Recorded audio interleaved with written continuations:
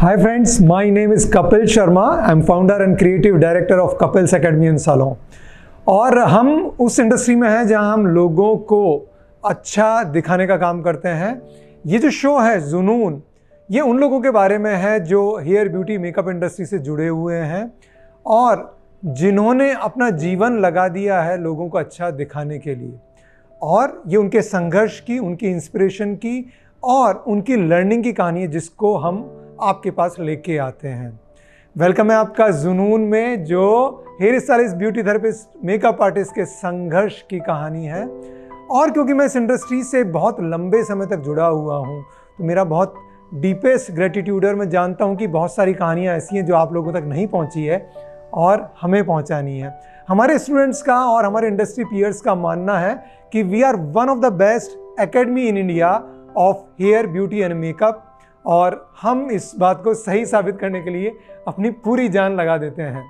साथ ही अगर आपको लगता है कि आपकी स्टोरी ऐसी है जो fellow hair stylist, makeup artist या ब्यूटी थेरेपिस्ट को इंस्पायर कर सकती है और आप वो स्टोरी हमारे साथ शेयर करना चाहते हैं, तो मैंने लिंक डाला है नीचे डिस्क्रिप्शन में। आप प्लीज़ वो फॉर्म को फिल कर दीजिए और हमारी टीम आप तक रीच आउट करेगी इस बात के लिए कि आपकी स्टोरी सैकड़ों, हजारों, लाखों लोगों को इंस्पायर कर पाए। Thank you so much for watching this. Let's move on.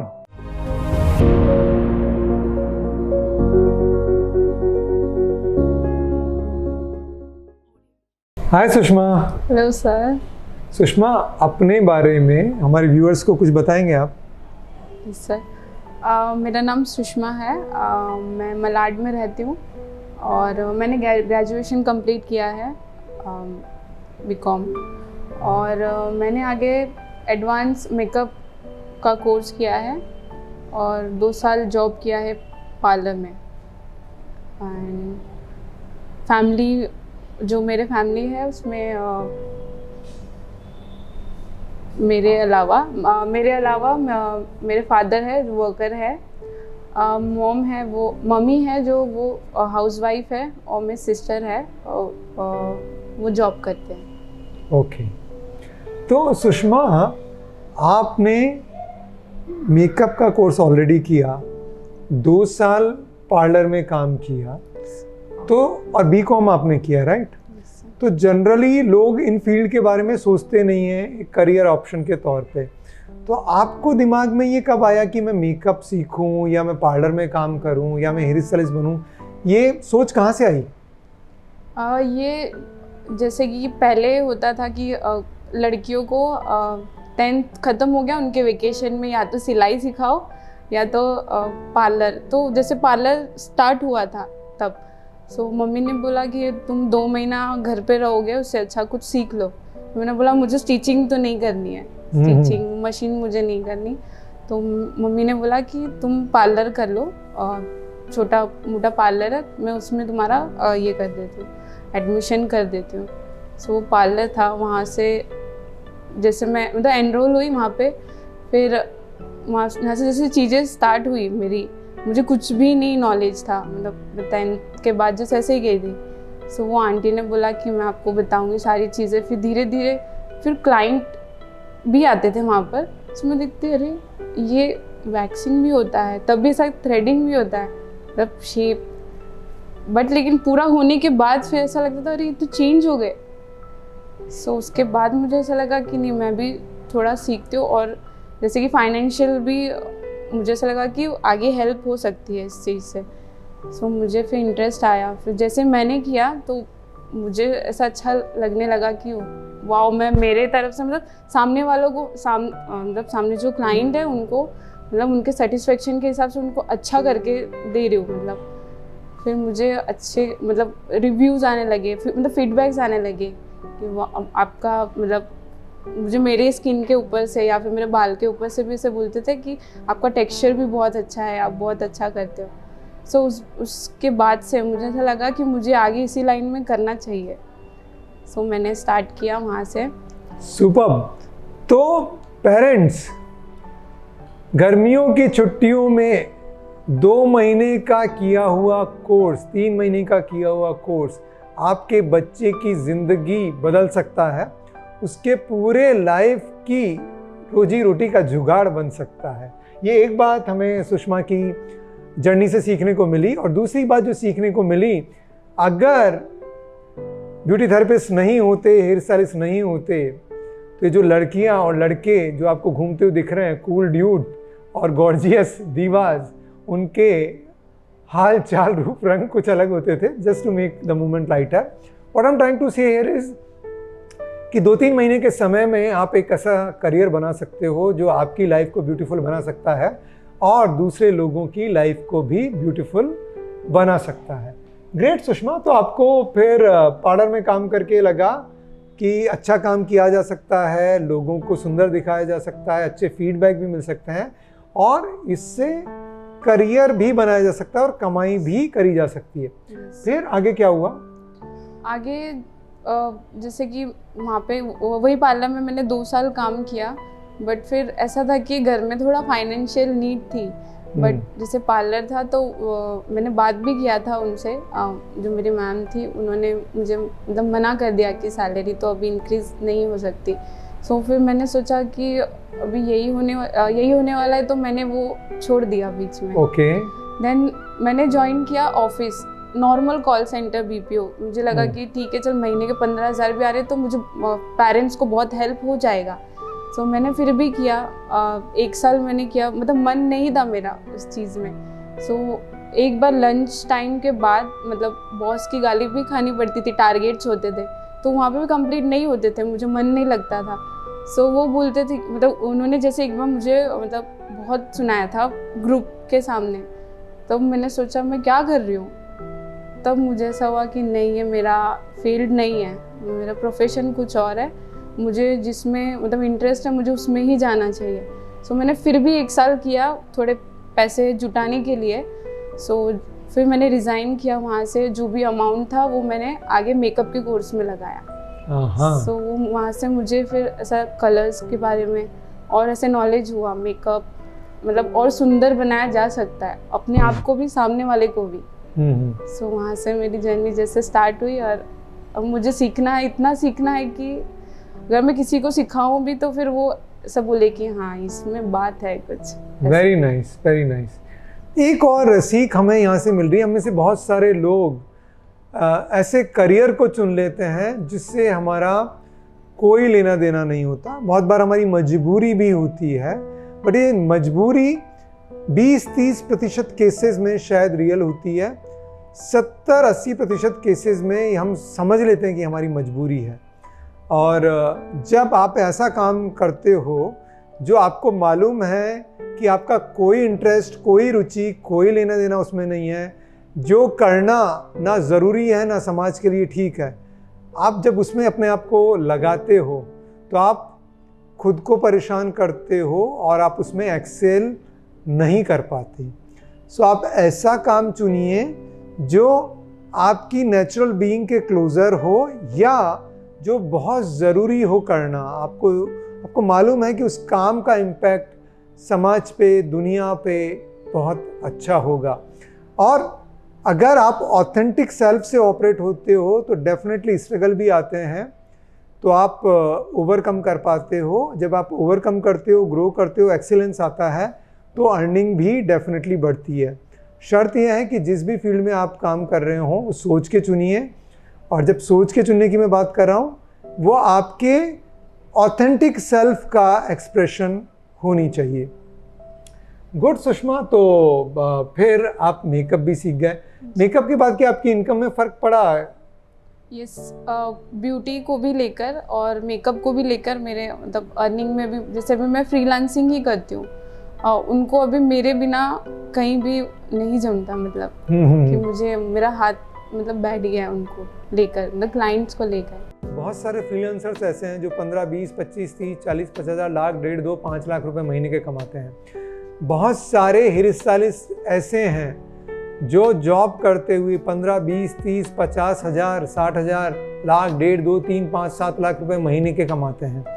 और ये लोग बहुत पढ़े लिखे भी नहीं, हो सकता है पढ़े लिखे हों भी या नहीं भी हों, बट जिन्होंने इंडस्ट्री में अपने काम को सीखने में 2-3 साल दिए हैं। तो ये अगर आपकी मान्यता है कि सिर्फ ट्रेडिशनल डिग्री से ही अर्निंग और करियर हो सकता है, तो ये ठीक नहीं है। एक बेसिक जो नीड आपकी लाइफ की है वो डिग्निटी से आप पूरी कर सकते हो hair styling, beauty therapist, makeup artist बनने के जरिए। गुड सुषमा, मुझे ये बताइए कि फिर आपके दिमाग में ये कब आया कि आपको हेयर स्टाइलिस्ट बनना है? हेयर स्टाइलिस्ट जैसे ही मैंने मेकअप कंप्लीट किया, तो जहाँ से मैंने मेकअप किया वहाँ पर एक और सेक्शन था हेयर स्टाइलिस्ट का। मैं वहाँ पे जैसे ही मैं वहाँ से पास भी होती थी ना, मैं देखती थी कलर हो रहा है, कटिंग हो रहा है। कलर में मुझे ज़्यादा इंटरेस्ट था। जैसे मेकअप में भी जैसे मैंने एनरोल किया था, तो भी मुझे कलर भी आपके हेयर को भी देख के लग रहा है। यस। और रेनबो को भी देख के लग रहा है कि आपको कलर में बहुत इंटरेस्ट है। यस। फिर जैसे मतलब लुक चेंज होता, ये गोल्डन कैसे हुआ बाल, ये रेड कैसे हुआ बाल, ऐसे मन में ऐसे लगता था कि थॉट्स आते थे कि अरे ये कैसे हुआ। फिर मैंने सोचा अब मैंने ये सीख ही लिया है तो मुझे ये भी करना है अब। मुझे ऐसा था कि ट्रांसफॉर्मेशन होता था तो मुझे लगता वाओ, ऐसे लगता था। इसलिए मैंने सोचा कि अब नॉलेज अब मैंने इतना ले ही लिया है तो क्यों ना हेयर ड्रेसिंग का भी मैं नॉलेज लूँ। सुपर।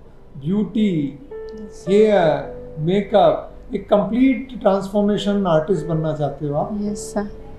तो कपल्स के बारे में कैसे मालूम पड़ा सुषमा आपको? कपल्स में सर इससे पहले जो ऑर्गेनाइजेशन थी, वहाँ पे मैंने सोचा मैं वहीं पे एनरोल कर दूँ, क्योंकि मैं वहीं की स्टूडेंट, तो मुझे थोड़ा कंसेशन मिल जाएगा फीस में।